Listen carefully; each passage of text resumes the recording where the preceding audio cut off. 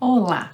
Se você ainda não me conhece, o meu nome é Adriana, você está no Literatura Adri, um canal de livros e também de muitas conversas. Hoje é uma loucura.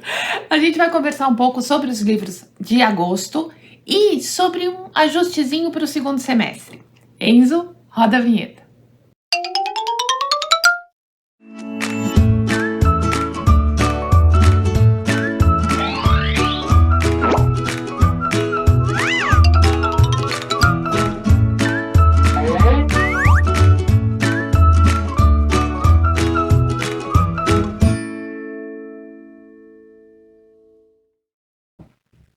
Olá, que bom que você está aqui. Então, atenda aos nossos pedidos. Dê seu like nesse vídeo, inscreva-se no canal, acione o sininho das notificações para ser avisado dos próximos conteúdos, comente, compartilhe e ajude-nos, a mim e ao Enzo, a que nós façamos esse canal crescer e que nossos conteúdos cheguem a mais gente, ok? Um grande beijo e bom vídeo para você. Olá! Então, semana passada eu postei um vídeo diretamente das terras não tão frias de Curitiba, porque tá um frio aqui em Santos. Voltamos para casa e eu prometi que ia organizar um pouco a conversa que a gente teve no último vídeo. Mas mais que isso, aqui há leituras que eu pretendo ler em agosto, mas há leituras para o segundo semestre, pensando naquela questão dos clássicos que eu já comentei e que eu vou retomar. Em primeiro lugar, vamos lá. Eu conversei com vocês sobre a questão do Holocausto. Tá? O Holocausto é uma questão... Assim, é difícil falar sobre o Holocausto. Mas mais difícil ainda é perceber que esse é um tema que parece que as pessoas estão esquecendo. Foi uma situação histórica tão absurda, tão fora do normal, que as pessoas deveriam revisitar sempre, observar sempre. E isso parece que está sendo meio que esquecido. Eu comentei no vídeo que eu vinha fazendo a leitura de O Diário de Anne Frank. Terminei. Tá? Não sei se farei o vídeo rapidamente desse livro, explico por quê. Paralelamente, eu venho lendo esse livro do historiador inglês Martin Gilbert, O Holocausto. Eu acho que, pelas orientações que eu tive, talvez seja um livro dos mais completos. Ele traz muitos dados, muitas fontes. É um livro de história, ele é historiador. E é um livro grande, eu já li a metade do livro, mas assim, ele demanda leituras e releituras de partes que são tão impressionantes, tão inacreditáveis, que é fundamental a gente falar sobre o Holocausto, principalmente no momento em que as pessoas estão tão alienadas do que é vida, estão vivendo tanto dentro das suas caixinhas, das suas redes sociais, e não é possível esquecer nada do que aconteceu, e principalmente um evento que, na verdade, assim, quando a gente fala em perseguição aos judeus e fala especificamente sobre o Holocausto, a gente tem perseguições desde o Antigo Testamento. Você não precisa ter leitura bíblica para saber disso. Então, é muito importante, venho fazendo essa leitura, não é uma leitura que eu vou terminar em agosto. Eu falei de talvez não fazer o vídeo do Diário de Anne Frank ainda, porque eu gostaria de casar essas duas leituras. Lendo o Diário de Anne, já foi possível perceber que, eu já comentei, né, a família dela ficou escondida no anexo de uma empresa, e nesse anexo eles conseguiram ficar por 2 anos. Porém, eles não estavam isolados do mundo. Além dos alemães que os atendiam, dos holandeses, essa história passa na Holanda, dos holandeses que os atendiam, eles tinham contato, eles tinham um rádio e eles escutavam notícias. Então, a cada momento em que aparecia que coisas estavam acontecendo em prol das tropas aliadas, vinha uma outra vivência que mostrava que o nazismo estava ali. Então, assim, talvez eu não faça, ainda não sei, embora esse livro já esteja lido, eu quero avançar nesse. Acredito que esse livro venha comentado em alguns momentos, tá, no canal nesse segundo semestre. Se eu conseguir terminar, eu já faço o vídeo, talvez os dois juntos. Nessa linha de observar o mundo, né, de observar a história e as pessoas, eu comecei a mexer no Sapiens. Sapiens, uma breve história da humanidade, do israelense Yuval Noah Harari. Provavelmente vocês vão lembrar do sobrenome. E o Sapiens é muito, muito interessante, para que nós nos apercebamos de que o fim talvez seja sem os homens, né? A história do mundo começou com os homens e talvez termine sem eles. O epílogo, o animal que se tornou um deus. Então, é um livro, eu li acho que um capítulo inteiro. É um livro delicioso de leitura, mas também outro livro que nos choca demais. Livro importante, muita gente já leu por aí exatamente por ser um livro mais fluido, mas de nos dar tapas na cara o tempo todo. Continuarei com as leituras, separei aqui, mas não vou mostrar agora, porque já falei algumas vezes, com as leituras ligadas ao meio ambiente. Então, esse mês sai Futuro Ancestral, vai estar aqui a capinha, é um vídeo que já está adiantado, e haverá outras leituras ao longo do segundo semestre, já que o nosso tema é mais abrangente, o nosso período, né, desse vídeo é mais abrangente, sobre a questão ambiental. Também precisamos conversar sobre isso e precisamos abrir os olhos com relação a essas questões. Falei acerca de um curso que eu vou fazer agora com relação a estudos clássicos. Gente, esse curso tem 10 anos. Tá? E se trabalhou, na maioria das vezes, com um livro por semestre. É um curso que eu vou fazer pela PUC-Rio. Tô falando com a boca cheia porque, assim, é um curso online, mais gente pode fazer. Tá? Então, pesquisem lá na PUC-Rio, há 2 grupos desse curso de estudos clássicos e é bem interessante. Nesse semestre, eu comentei no vídeo passado que a obra a ser lida, coitadinho, é o Dr. Fausto, do Thomas Mann. Não tem como a gente falar do Dr. Fausto sem lembrar do Fausto, do Goethe, que vai aparecer aqui. Tá? 2 alemães trabalhando com uma questão...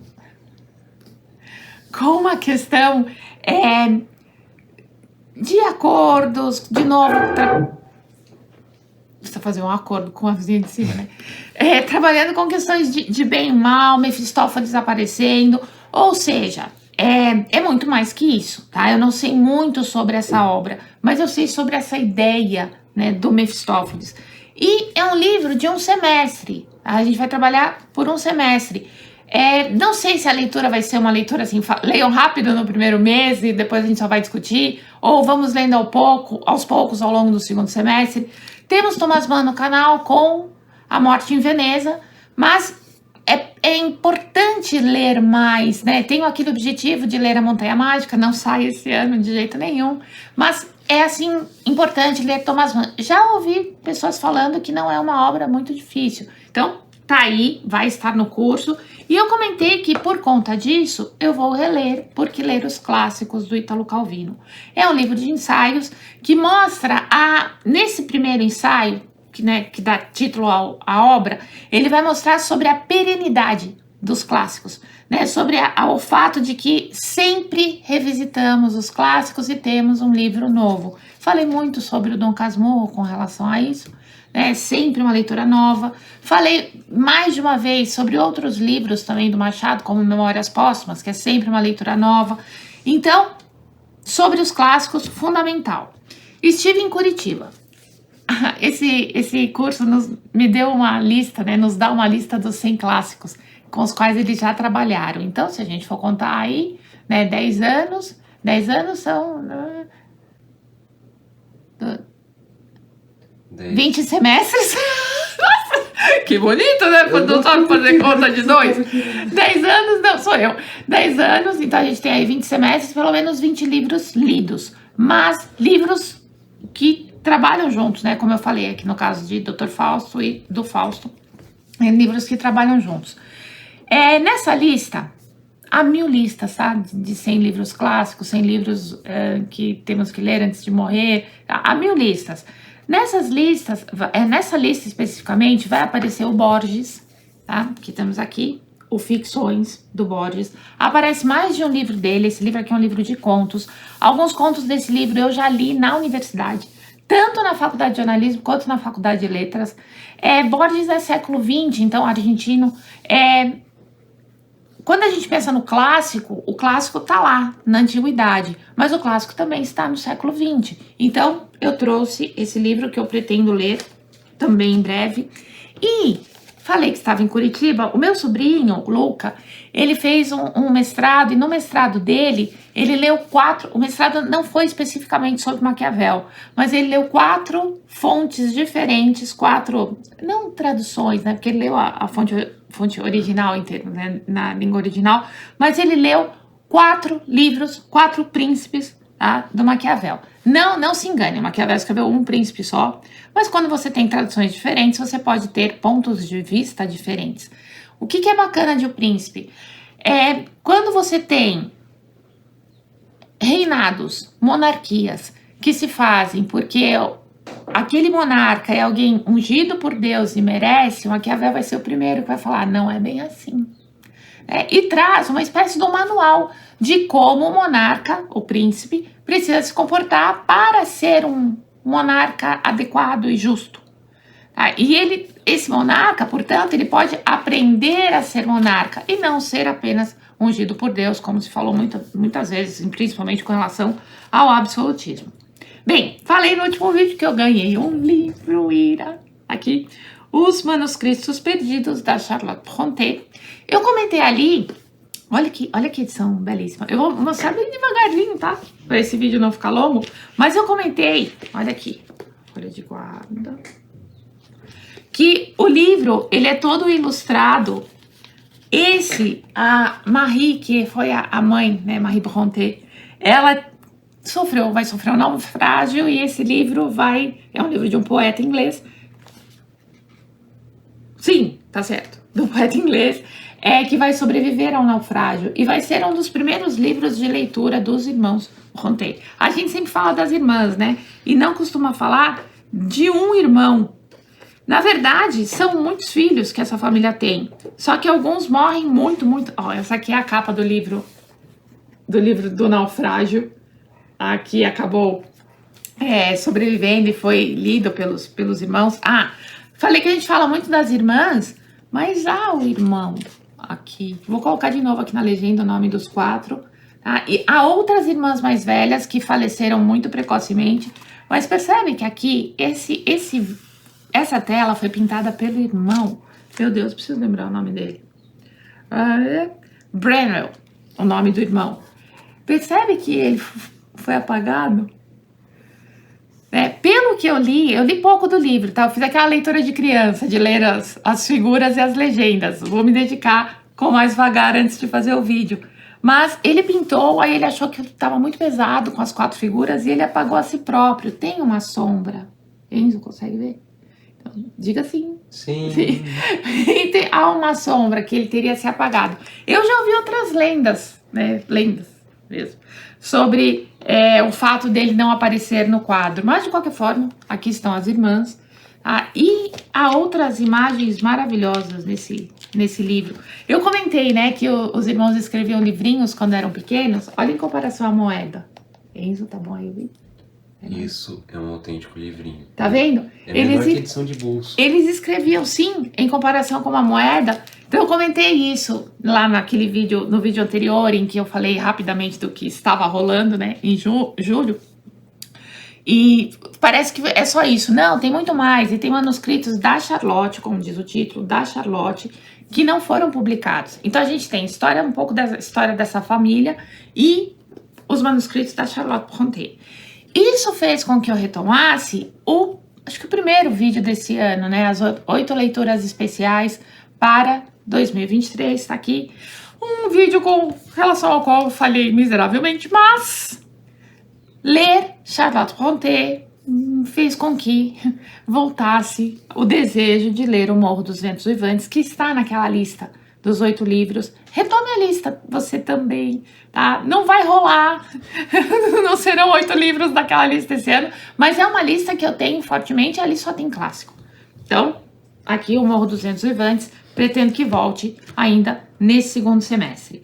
Gente, um livro que eu parei de ler pela questão do fluxo do canal mesmo. Não é uma leitura difícil, não é uma leitura travada, que é a Divina Comédia. Tá aqui. Eu li o purgatório e acabei não dando continuidade por N motivos que envolviam o canal. Como estamos na leitura dos clássicos, né? Super, hiper clássico, inclusive porque é uma obra do Renascimento, né? Do momento clássico nas artes. Então, pretendo retomar a Divina Comédia. Estou lendo o Gênesis. Na verdade, o Gênesis ele é uma releitura, porque eu fiz na Faculdade de Letras uma matéria chamada Literatura Hebraica Clássica. Foram 2 semestres. Nessa matéria de literatura hebraica clássica, eu, obviamente, li os 5 livros, o Pentateuco, a Torá, né, dos judeus, os 5 primeiros livros da Bíblia, e eu me lembro de que a gente se centrou bastante, num dado momento, no estudo dos relatos de Abraão. E eu comecei a ler o Caim, do Saramago, eu li até a metade. A Déia estava lendo no canal Uma Família que Lê, Déia, beijo pra vocês sempre. Então ela estava lendo, ela fez essa leitura, inclusive o vídeo dela é bem bacana, porque muitas vezes a gente vê vídeos aqui no YouTube que só elogiam as obras, e que não fazem críticas, tá? E ela vai ter um olhar crítico sobre o Caim. Foi uma leitura que deu uma travada, no caso, né, o Caim, não por conta do Saramago em si, mas porque tem muita mistura, ele caminha ali pelo Gênesis. Então, estou relendo o Gênesis e eu li o Evangelho de São Lucas e li o Evangelho de São Mateus, de São João, em outro momento da minha vida. Então, fui procurar, assim, uma indicação. Estou lendo o Evangelho de São Marcos. O Evangelho de São Lucas eu li bastante rapidamente, foi um evangelho bem tranquilo de ser lido. O Evangelho de São João é lindíssimo. Como é bonito. São João escreve já no fim da vida, é muito, muito bonito. E o Evangelho de São Marcos, a orientação que eu tive foi de que é um evangelho bastante didático. Então, comecei a fazer essa leitura, portanto, da Bíblia, relendo Gênesis, lendo São Marcos. Com relação à questão do Pentateuco, né, da questão hebraica, eu não estou fazendo uma ligação dessa questão com relação ao Holocausto e às minhas leituras sobre a questão judaica em si. Mas Jesus Cristo era judeu, né? E vocês sabem que eu sou católica, então, mas Jesus Cristo era judeu e eu acho importante conhecer os profetas, fazer a leitura do Antigo Testamento, além dos salmos que a gente lê cotidianamente. Enfim, estou aqui mexendo, trabalhando com os estudos bíblicos. E o que eu estou lendo rapidinho, parece assim, tá totalmente fora, é o livro do Dostoiévski, para o qual não se dá muita bola, que é o Noites Brancas. Eu fui atrás desse livro por causa do fenômeno das Noites Brancas, né, que em São Petersburgo, na região mais ao norte da União Soviética, há um momento em que efetivamente as noites são brancas, não há escuridão. E esse livro, ele é visto, vai acontecer, né? A gente tem essa marcação das Noites Brancas, eu já li, acho que a primeira noite. São 4 noites, e ele é visto como um livro romântico na obra do Dostoiévski. Dostoiévski romântico? Bem, li um capítulo, até que parece romântico, mas eu tenho sempre, assim, dúvidas de Dostoiévski romântico. Então, esse livro, o vídeo deve sair rapidamente, tá? Temos, portanto, não são metas malucas, não é isso. São coisas que já estão acontecendo aqui no canal, já há essas leituras. E por conta desse curso, eu quero muito conseguir dar um enfoque um pouco mais clássico para o canal. Por exemplo, trazer outras leituras de literatura brasileira também mais clássicas. E aí, caindo naquela definição de clássico do Calvino, que é o que nós sempre revisitamos com outros olhares, porque são momentos diferentes das nossas vidas, certo? É isso. Muita coisa boa, muita coisa difícil de ser lida, no sentido de ser dolorida, mas que é necessária, tá? Livros talvez não tão fáceis, por conta de serem muitas páginas, vocês sabem que eu leio devagar. Gente, já peguei esse livro 1 milhão de vezes. O Morro dos Ventos Uivantes tem uma história que, pelo que eu sei, é triste, tá? Mas não saía por causa do tamanho. Da mesma forma que acontece com as obras do Thomas Mann, que eu já citei aqui, e que agora Fausto vai, com certeza, Dr. Fausto, por causa do curso. Então é isso. tá? Façam essas leituras conosco, eu vou sempre pontuando algumas coisas, vou mandar os recadinhos para vocês no YouTube, no Instagram e no Facebook, que eu sempre coloco lá as mensagens sobre o que está acontecendo, para que fiquemos mais próximos aqui no canal. 500 inscritos! A gente vai sortear um livro, tá? Eu pretendo fazer uma enquetezinha, porque ainda não tá feito, tá? Mas eu pretendo fazer uma enquetezinha propondo 2 ou 3 livros para que vocês escolham. E aí, a partir desses 2 ou 3 livros, a gente faz o sorteio. Eu sei que tem um jeito de fazer o sorteio entre os inscritos, mas também, Enzo e eu somos muito mirins nisso, mas a gente também vai pesquisar para fazer o sorteio certinho e mandar o livro para o vencedor, ok? É isso, amores, muito obrigada até aqui. Dê seu like nesse vídeo, dê seu like nesses livros. Inscreva-se no canal, tá? Precisamos fazer com que a literatura seja difundida e aí, para isso, a gente pede que nosso canal cresça. Inscreva-se, acione o sininho das notificações para ser avisado dos próximos vídeos. Darei esses recadinhos sobre leituras para vocês. Dê seu like, inscreva-se, sininho. Comente! Eu consegui zerar os comentários! Uhul! Então agora, daqui pra frente, não vou mais me atrasar. Comente, compartilhe esse vídeo, tá? Para que, de novo, como eu repito, o nosso canal cresça. Um grande beijo. Enzo, manda beijo. Beijo pra todo mundo. Um grande beijo e até os próximos vídeos. Tchau, tchau.